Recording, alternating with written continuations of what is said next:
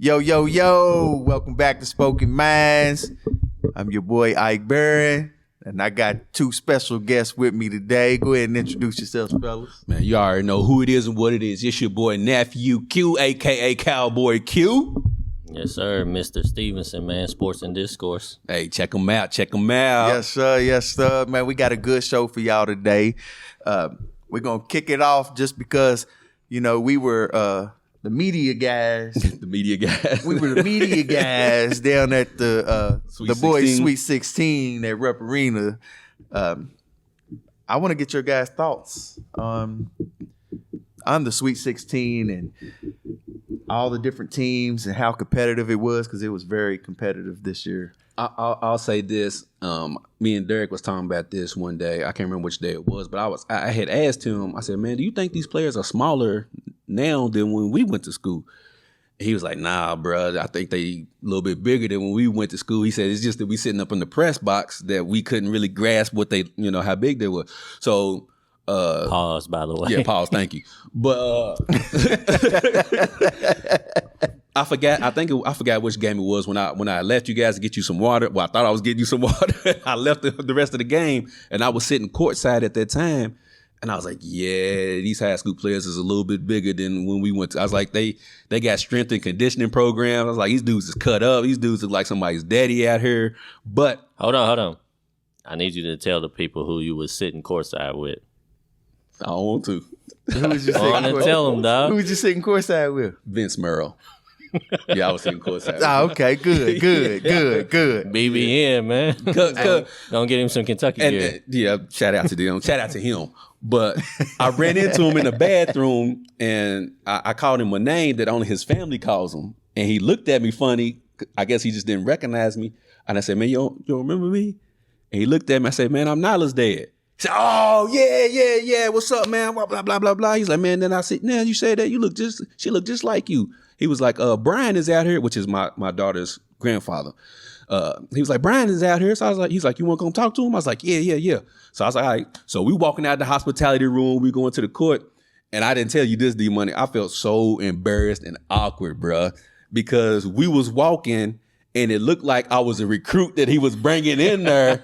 And I was like, bro, I know everybody's looking at me, probably wondering, who's this guy that he's walking behind? Is that a wide receiver that he's bringing in? I was like, bro, this is so awkward right now, man. He's a half-star recruit. But my thoughts on the whole tournament, first and foremost, it was dope. Seen a lot of entertaining players, a lot of entertaining plays. Was you there the day that Jerome Morton got crossed over? Was you there? What game was it? I want to say I probably was. GRC. I can't remember what game it was, but I remember he got crossed over. But at the same time, Jerome Morton he dunked on Avion Chenault. He dunked on a couple of players during that tournament. The Frederick Douglass dunk show that they did the first game of the Sweet 16. So my thoughts and processes, man, I'm glad that 2 county schools? GRC, Woodford. 2 county schools and the city school all made it to the Final Four, man. Just call it Central Kentucky. Central Kentucky. I know who that's for, but Central Kentucky was in the building. So I'm just glad that Central Kentucky basketball looked like it's on the uptick and on the uprise, man. That's my thoughts and process from it. Well, I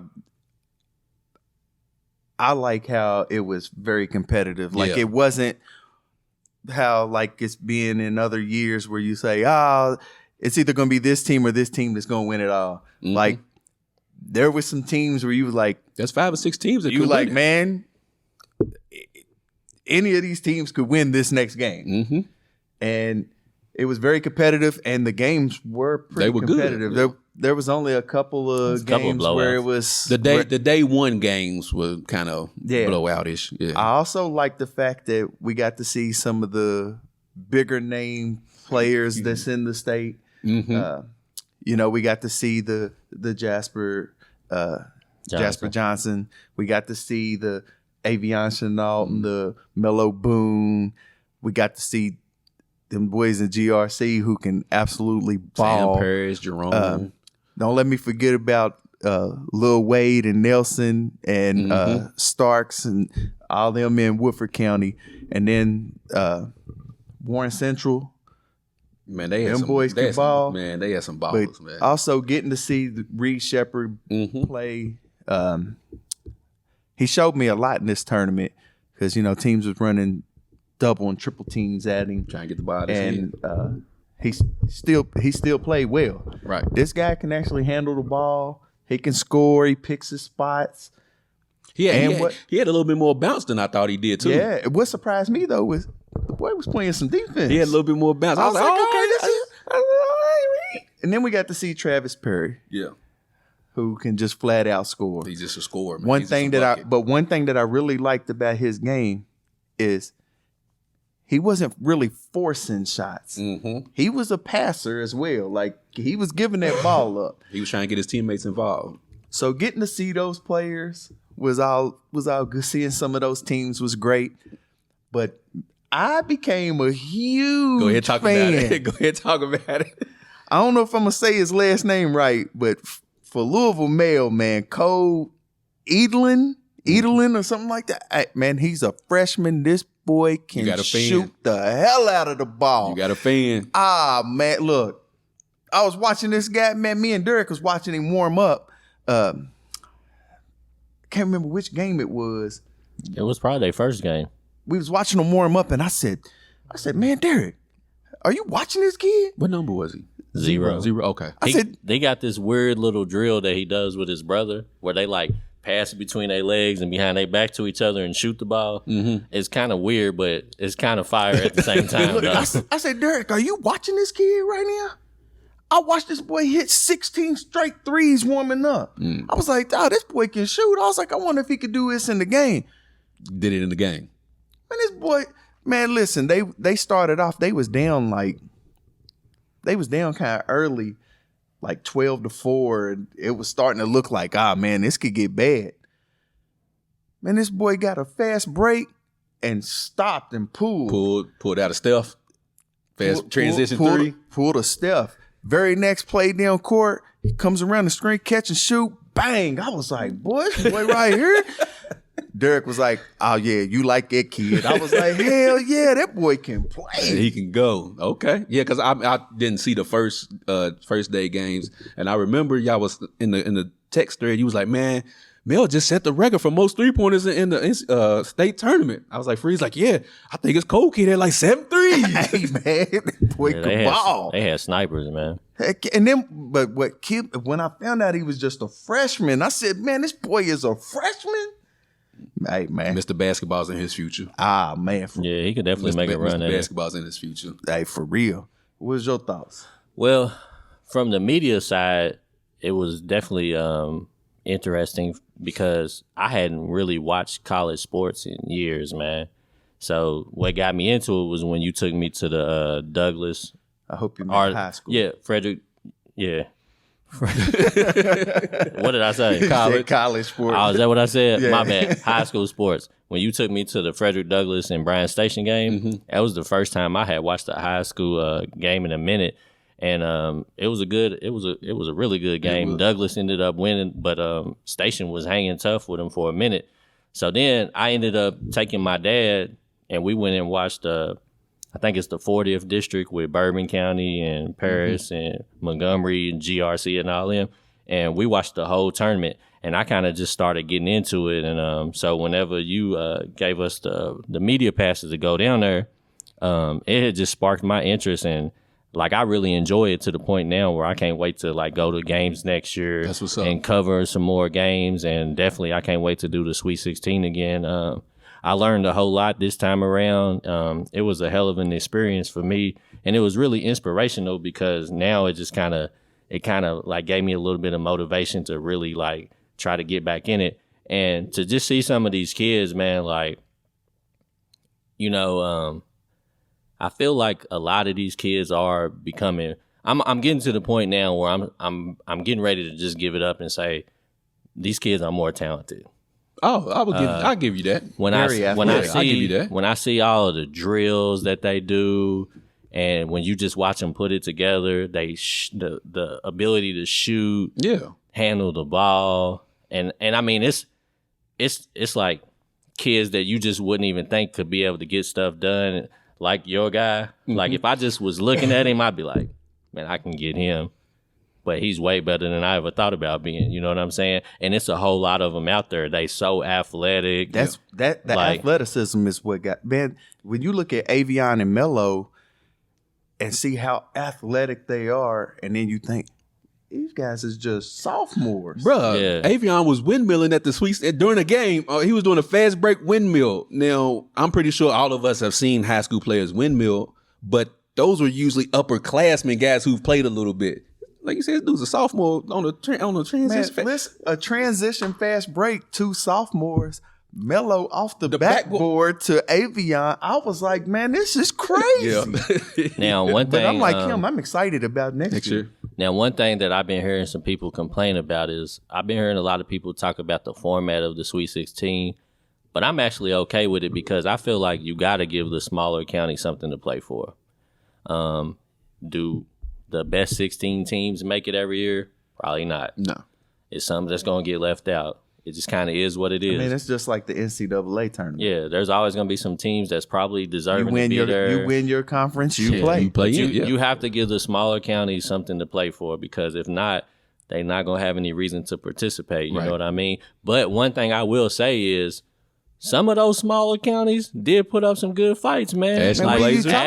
Ashland put up a good fight. Lyon County lost by 4 to GRC. Yeah, some of them put up a good fight, man. So I can't really necessarily say that I would change it. It kind of just is what it is. I like the way it is because I like having one champion. I tell you this. I hope they never get rid of that format. Yeah, always keep it one champion. Yeah, that's the good thing about Kentucky high school basketball. Now, I will say this, and this has been a hot topic. What you guys think about implementing a shot clock to Kentucky high school basketball? All right, so initially it was bugging the shit out of me because probably my best attribute as a player is defense, right? I really wasn't a shooter. I was an average athlete, not really a scorer, but I feel like I can play defense decent. So it burns my soul to see teams play solid defense for like 40 to 50 seconds, and then they just got to keep playing, and then a motherfucker hit you with a back door and get a layup. I think that's bullshit, man. It's defeating. Like if you played solid defense for that long, you're supposed to get a reward for that shit, man. Like you can't play it forever. You know what I'm saying? Like I don't think people understand how hard it is to sit down and play defense that long, man. But the thing that sucks about it is that I talked to the infamous referee Sean Gurdon, and he kind of made some good points, man. He just said the shit's too expensive. He said it's like $3,000 to set it all up. And every school just can't afford that shit. Like $3,000 is a big chunk of some schools' budgets. Now, some schools like Frederick Douglass, you know what I'm saying? Probably like Lexington Catholic, like they ain't gonna have no problem getting $3,000. But if you think about it, you have to pay $3,000 for the system. Then you're gonna have to pay like $50 to $60 every single game to have somebody run it for you. Like Sean even said, and I know y'all can laugh at him for this, but they're gonna have to retrain the referees. So because now you adding new rules to their shit. You know what I'm saying? So legally you would have to retrain every single one. They got to figure something out because they need a shot clock. I agree. Man, a team goes up 10. I mean, not even 10. A team goes up 6 with 5 minutes to go in the game, and they just dribbling the clock to where we started seeing teams in the tournament start fouling real early because that's the only way you're going to get the ball back. You're going to stop the clock. They had asked Shelvin the same thing last night on the show, and he said the same thing. Like, I think he said Georgia has a shot clock for their high school, but Kentucky needs to. It's 15 states, I believe, that have shot clocks. So if 15 states can implement it, why can't other so apparently it's doable. I could understand if it was like 1 or 2 states, then it's like, yeah, okay. So but apparently if 15 states are doing it, then more states are getting behind it, like, yeah, we gotta get with the times. And he was saying the same thing you did. Like if you get up, let's say 5. Let's say you up 5 with 2 minutes to go.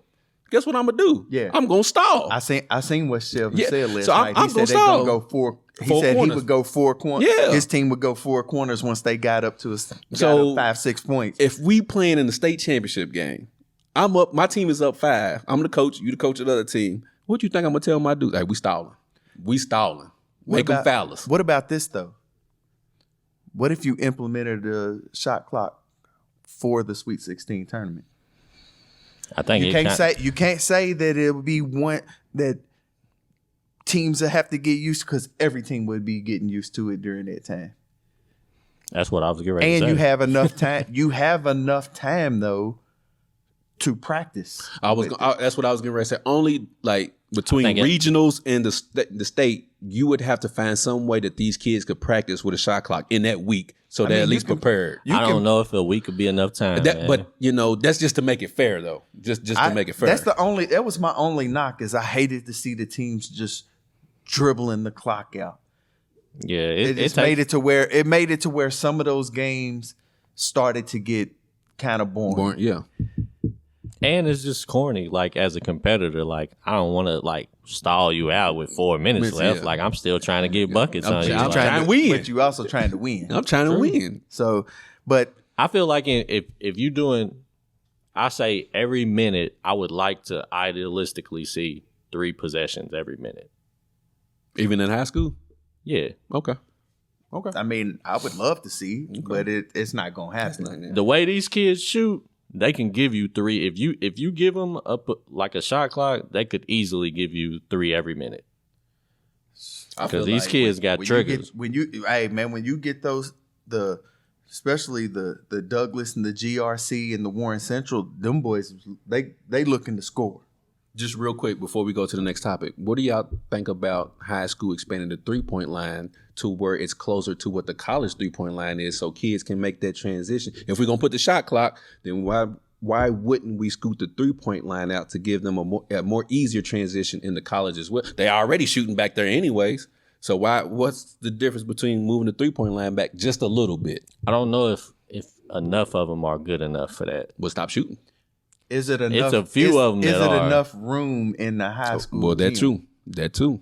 Probably not. It's definitely not on the side. Because on the sideline, it's already like that. Yeah, You're right. You're right. That would be the only thing, is you would have to redo every gym. Every gym. Yeah. But staying on high school basketball, I made a post on Facebook about this and seeing the different feedbacks from different people. The situation with Avion and I think they pronounce his name Kai. Yeah, I think that's how you pronounce it.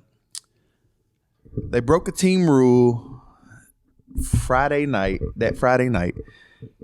So on Saturday, playing in the Final Four, they weren't able to start.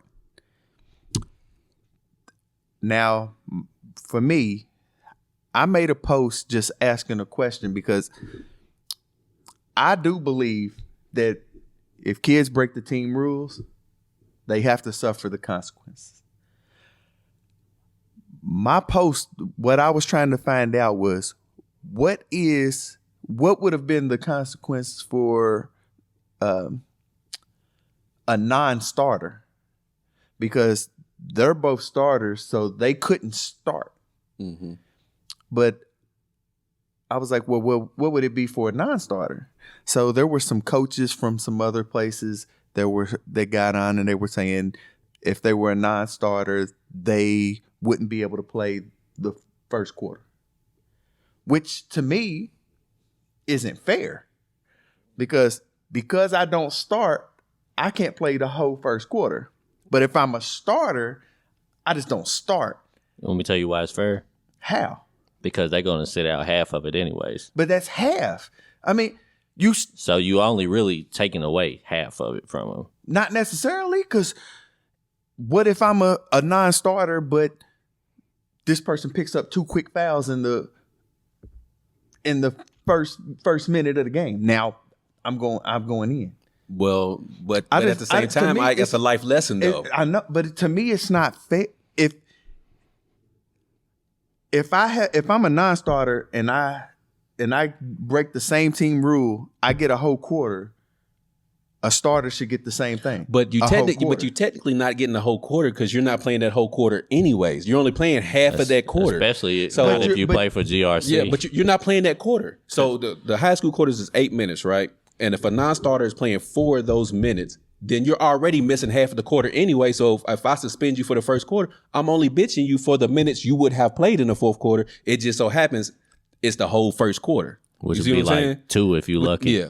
Yeah. So it's not that they're being benched for the whole first quarter. They're just being benched for the time that they would have entered the game, which is half of the first quarter. But the thing is, though, is you can't say when a person would have to enter the game. Like I said, if somebody picks up 2 quick fouls, you could be going in. So if I'm a non-starter and I get in trouble the night before, then a starter gets in foul trouble in the first 40 seconds of the game. They picked up two super quick fouls. Mm-hmm. Can I go in and play 4 minutes and then have to sit 4 minutes? No, because it's not fair. It is fair because what you did cost us, right? Because if you wasn't out doing what you was doing, I would be able to sub you in when those 2 quick fouls happened. But because you messed up, I can't let you skate and be like, well, dang, he messed up, but I got to put him in there. No, a punishment's a punishment. And you got to learn your lesson. But the thing is, though, is if you're like you said, if you're a non-starter, you would only been playing half the quarter anyway. Or probably less. But I'm saying, but you said half quarter. Yeah. Half the quarter. Half the quarter, yeah. So if I start and my punishment is I can't start, but then you put me in, what did I really lose besides I didn't start today? The same thing, the person who misses the half of the first quarter. He didn't miss anything because he would have played, 2 minutes anyway? So what did he miss? That's why I said they both should have got, if the rule is, if a non-starter's getting a quarter, the starter should get a quarter. If you're going to play them, first, I think if you break team rules, if you're going to say, I think it should be, if you're going to say break it down to where it's just a quarter, then I think that would be fair.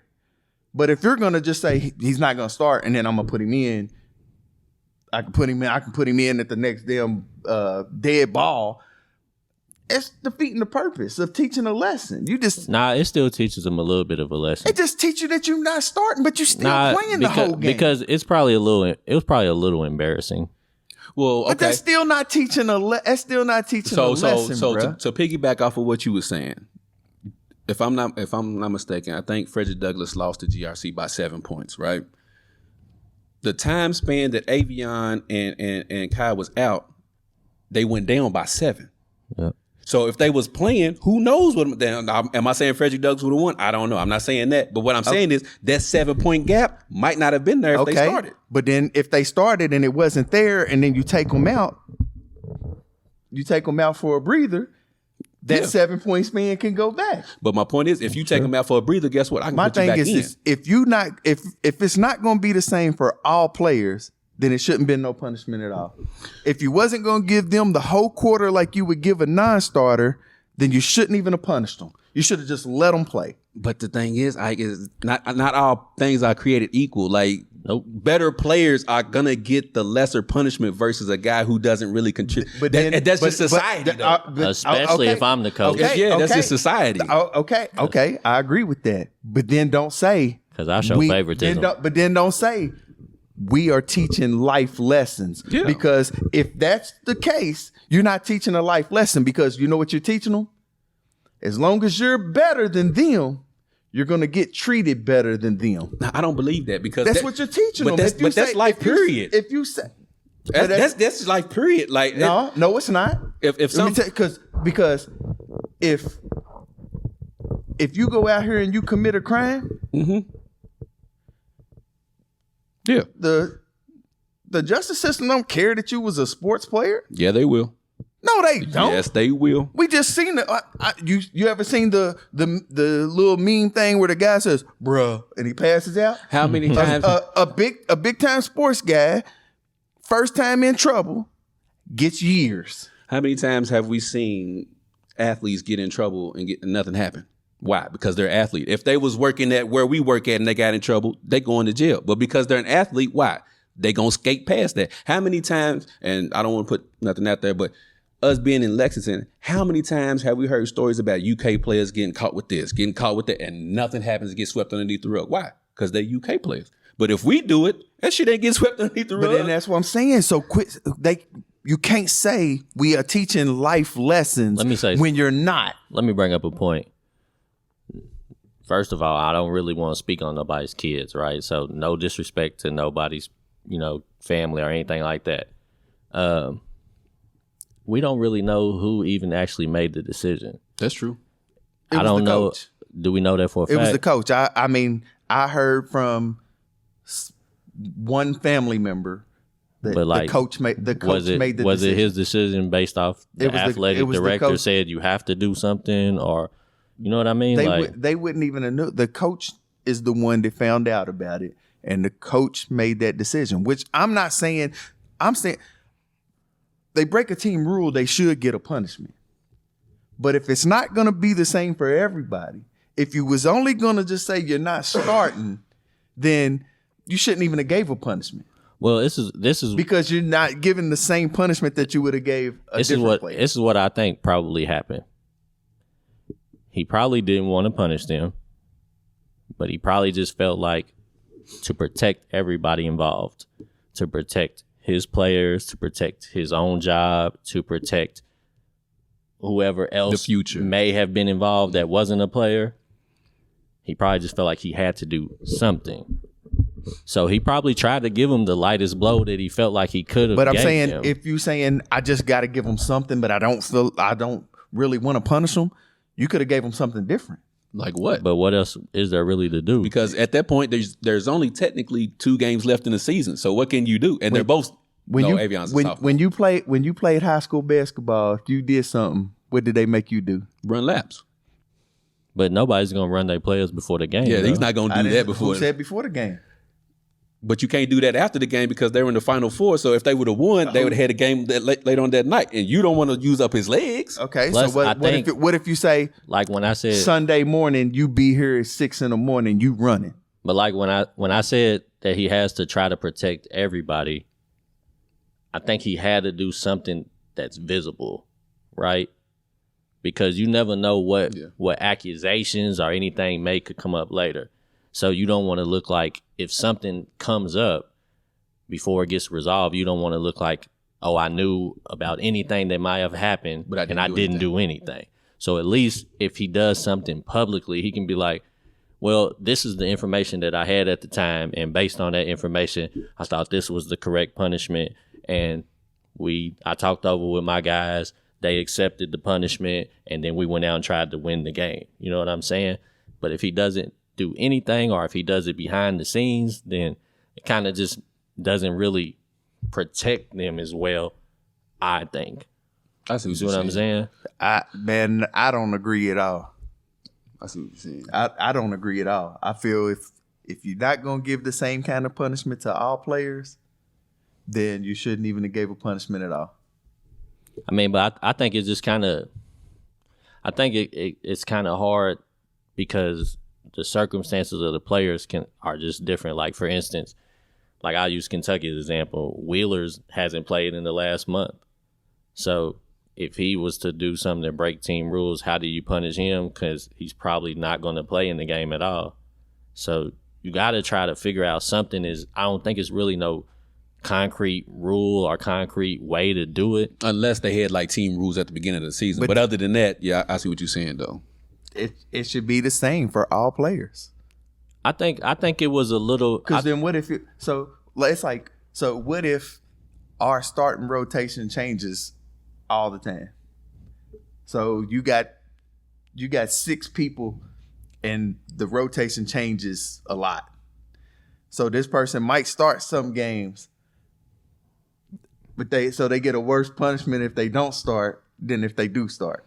But that's a lot of what ifs. That's a lot of what ifs. They shouldn't have been punished if they was gonna punish them. They should have had to sit the whole first quarter, just like a non-starter would have had to do. But the punishment is you lost by 7 and you didn't start and there was a 7 point, that's the punishment. We lost because, I'm not saying we lost because you didn't start. We lost because you didn't play. We went by down 7 and we lost. That's the life lesson. Is look what you did to your team by your decision the night before. What would the life lesson have been if they would have won?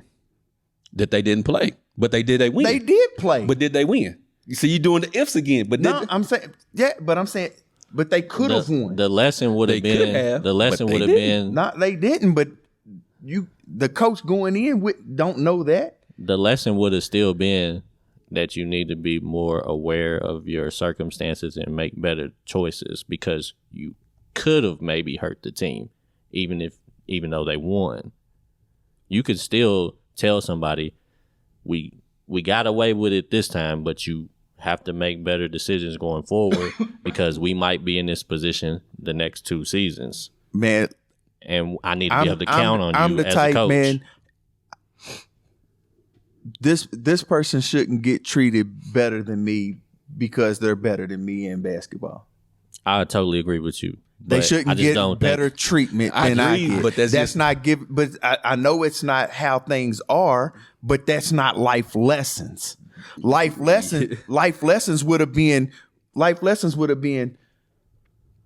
You know what?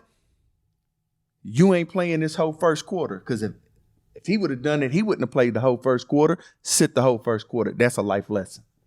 But you still lost, and you lost by 7. That's the life lesson. Is your decision of you thinking about yourself, being selfish at that moment, cost the whole team. So your selfish decision, so it's also teaching you stop being so selfish and think about other people before yourself. So that's still the life lesson to be put into it, even though the crime was only half a quarter, but he still realized, dang, by me being selfish, I put my team in a bind. Now, let's say they do win. Still the same lesson applies. Dang, I put my team in a bind. I can't do that no more. I got to be smarter than that. But your life lesson ain't the same as you going to give the other person. It's not right to me. How? Well, let's just move on. We'll be on this for 2 hours. All right. Let's talk about some college basketball. Let's talk college D money. Yeah, man. I don't know if you guys have seen these reports, man, of this guy from Detroit Mercy. Mm-hmm. What's his name? Antoine Davis. Mm-hmm. What's he, 4 points shy? Yeah. 4 points shy of breaking Pistol Pete's record. And he's upset because his team didn't get invited to the CBI. Well, I guess they did get invited, but they were told they would have to pay a certain 50 grand. 50 grand to get in. And he's upset about it. First off, your team's 14 and 19. Let's get that understood. What kind of postseason tournament do you think you deserve to be in? YMCA. Whatever tournament Louisville's going to be in. They're both. But yeah, I'm right there with you, D. Like, that's why you play the season, right? To get to the postseason. At 14, and you 5 games under. Nobody wants to watch you if you're 14 and 19. Go back to what we were just talking about, the selfish thing. That's a selfish move that you want to play in the CBI, not for your team to win, but just so I can break the record. Plus, they finished last in their conference. And you 14 and 19. Bro, they finished all season. They finished last in their conference. And he's a 5th-year, 25-year-old senior. I know I probably came off like a hater right there. But, man, I was all right at 25 versus 19, 18, yeah, you know what I'm saying? Yeah. Like, I could get a couple more buckets at 25 than I could then.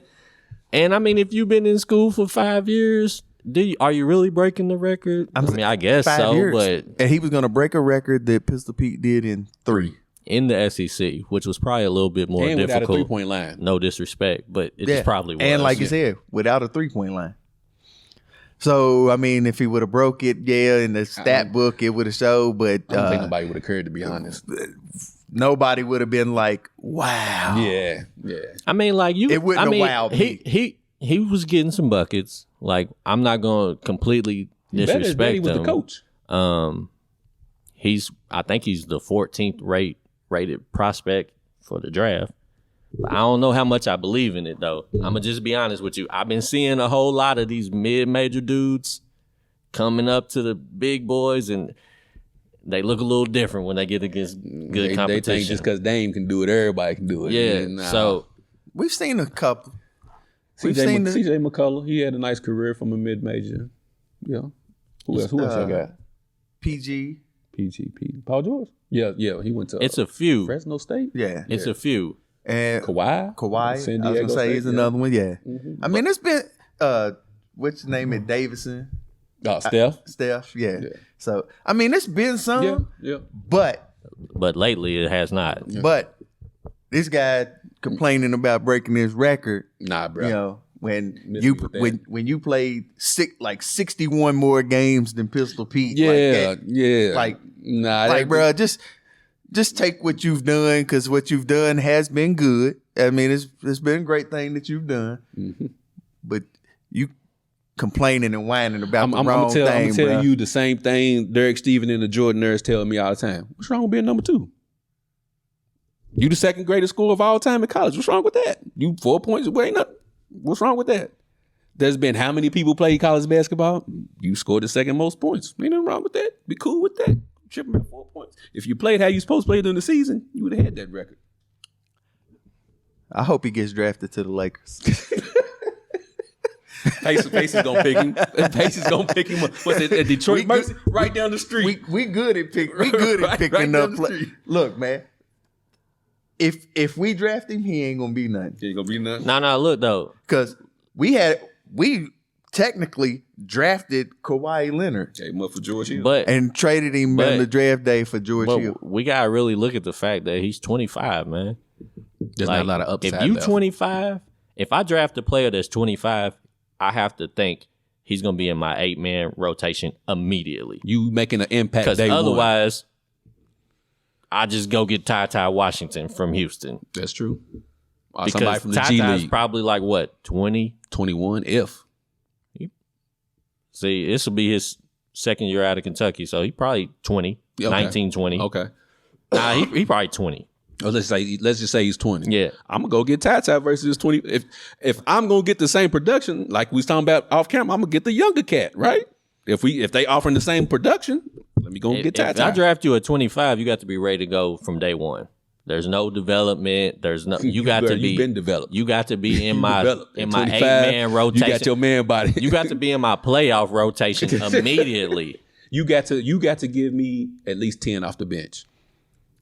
If you 25 getting drafted, you got to at least 10 off the bench. He's a grown man. Like I've always said this. But he got a 401k. I've always said this. You know, people he got twins. 18, you're technically an adult. Yeah. 21, now you're a little more than adult. You a grown man or a grown woman when you hit 25. Because now at 25, because even at 21, you can go to some car places. 25, you can rent a car. You could be a veteran in the NFL at 25. Yeah, but I'm saying you can go rent a car. If you're not 25, some places won't even let you rent a car. Right. So 25 is that number that puts you in a spot to where I could do anything I want. Mm-hmm. So I wouldn't draft him.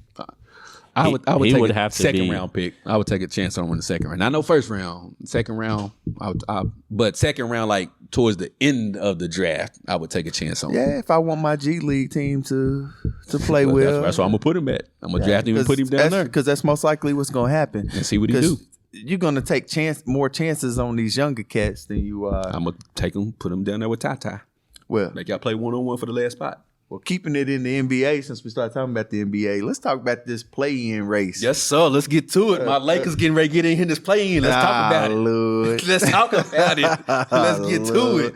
So, who you guys think gonna make it into the play-in games? Let's see. For the East and the West. What's the standings? So currently? I got the standings right now. So we'll talk about the East first. In the East, you have New York, who is 42-32. At 5. Mm-hmm. And then at 6, you got Brooklyn at 39-33. You know, those could change and all that. So you look at Miami at 7 at 40-34.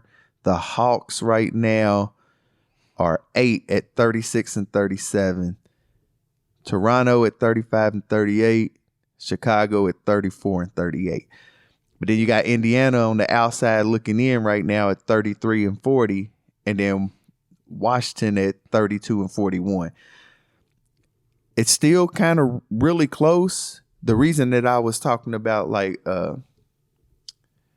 the Miami and Brooklyn and New York is because Atlanta they're only a few games out of being in the regular playoffs. Mm-hmm.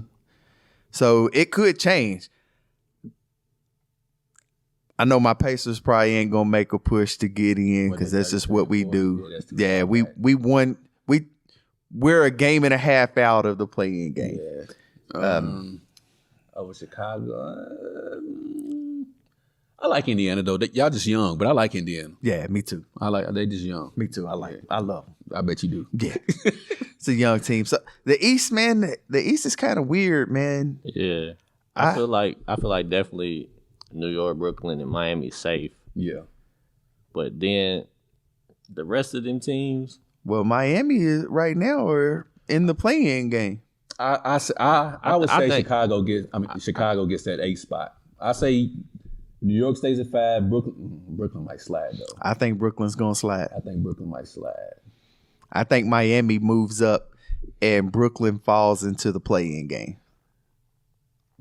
So let me get New York at 5, Miami at 6, Atlanta at 7, and Chicago at 8. I think that's how it's gonna go. Well, and then you got Brooklyn dropping to 7. I think Brooklyn drops down to 7. Miami drops up to 6.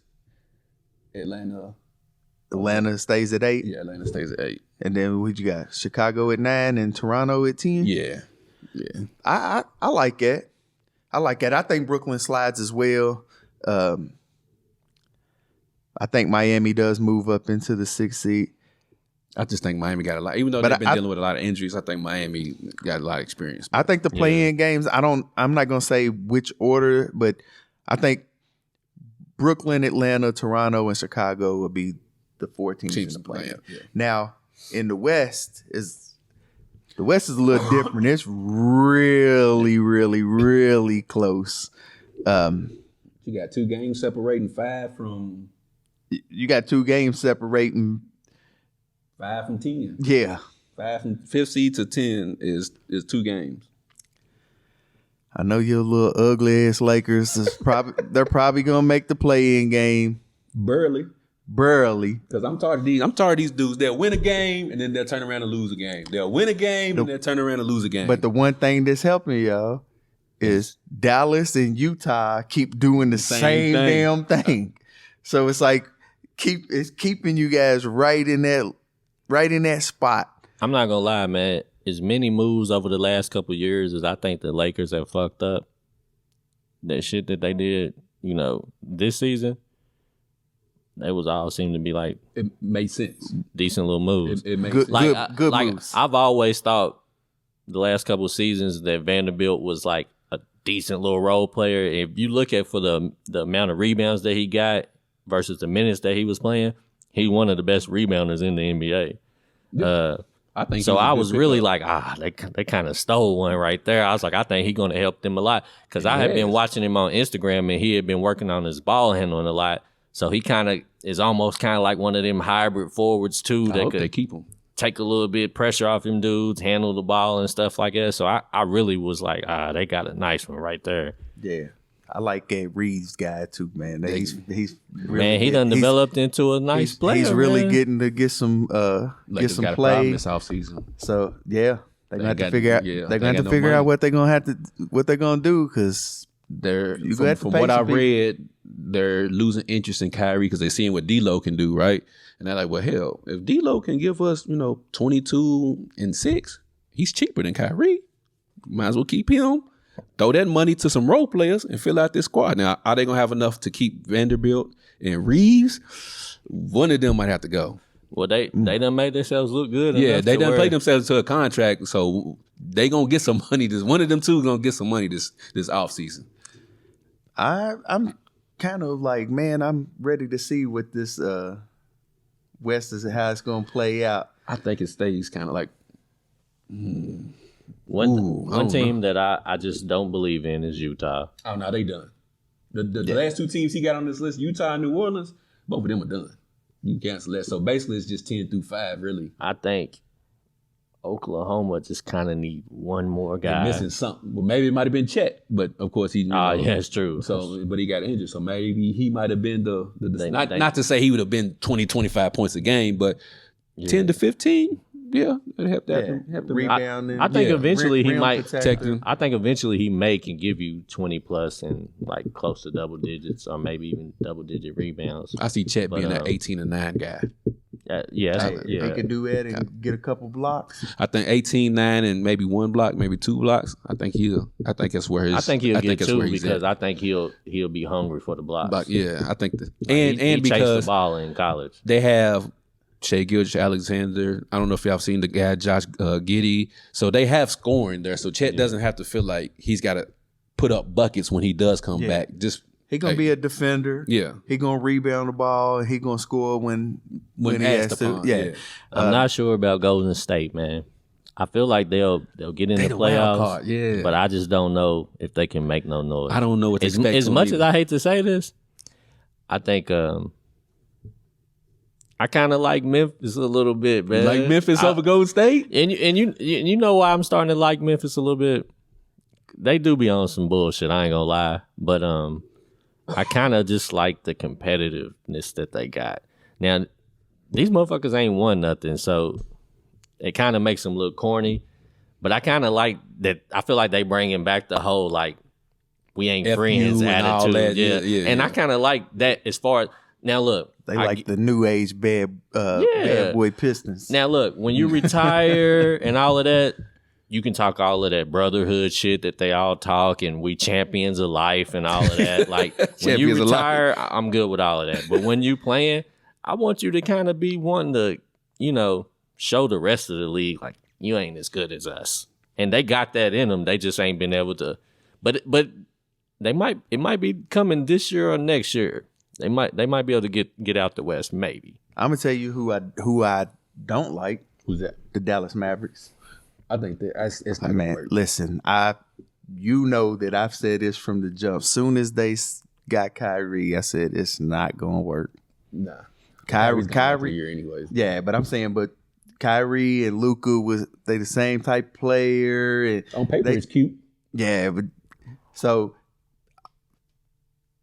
Yeah, they just ain't got enough. Yeah. Let me ask you a question. I'm not a fan. Let me ask you a question. Because really, over the last several years, we only really seen LeBron be able to pull this off. But can a high usage rate player win the championship? Depending on what position he played. I'm talking about Luka. Oh, Luka? I don't see it. Because James Harden wasn't able to do it. Russell Westbrook wasn't able to do it. I think Luka can, but Dallas has to do the same thing with Luka like Cleveland, Miami, and now the Lakers do with LeBron. You have to surround them with shooters. I think James Harden didn't win it because of the team that was around him wasn't conducive to what he did. Like James Harden needed, like you wasn't gonna win with Clint Capella as your big man. That wasn't gonna work. And PJ Tucker as your forward like that. But PJ was a knockdown shooter though. The difference between Luka and LeBron is Luka dribbles the ball a million times. That's true too. Like the ball, like LeBron, he might have it. He might be the one to bring it up the court and get the offense going. But the ball is being moved. Other people are touching it. Okay. Luka, that's why I've said that when Kyrie got there, I was like, man, they the same type of player. They just dribble, ISO ball, put up a shot. If I'm on the team with them two, and every time on the offensive end, I don't get to touch the ball times, and I don't even touch it. Like I come down 15 straight times, and I don't even touch it. Like, not saying I have to shoot. See how many but rebounds. To even touch it, see how much and then you're gonna expect me to get back and play tough D? Yeah, because we know Luka ain't playing no D. I gotta help out because he keeps beating Luka, so I gotta take Luka's man. And then you looking at me, talking about, man, why didn't you pick up? Man, hell ain't you no, pass the damn ball? Which I'm pretty sure that's how a lot of these locker room issues start because shit like that happens. Heck yeah, man, I gotta be able to touch it. And see, man.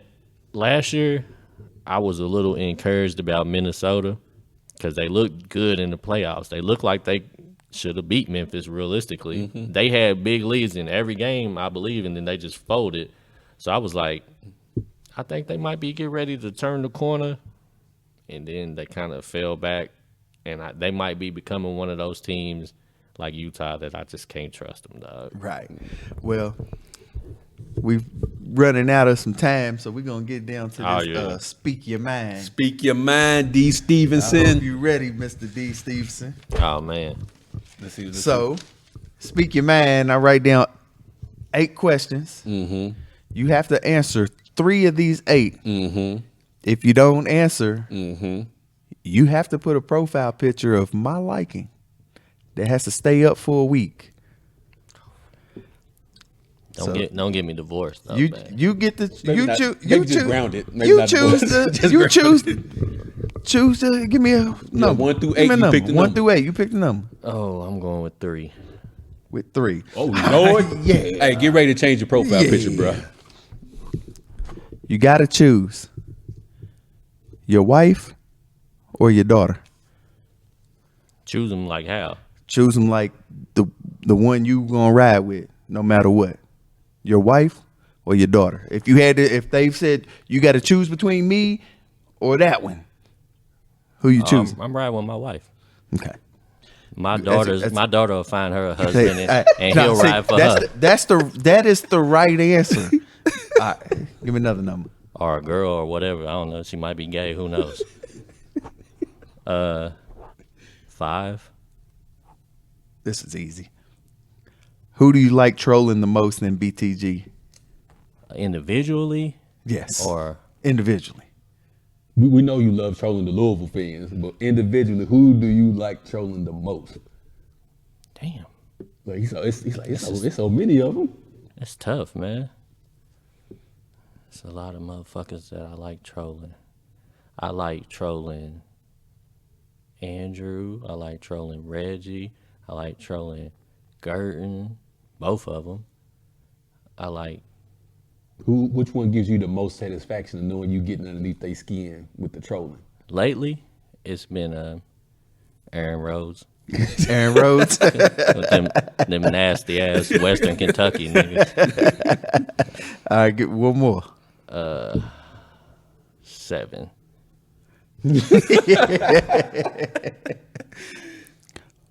White women or black women? All right, this is an interesting question, right?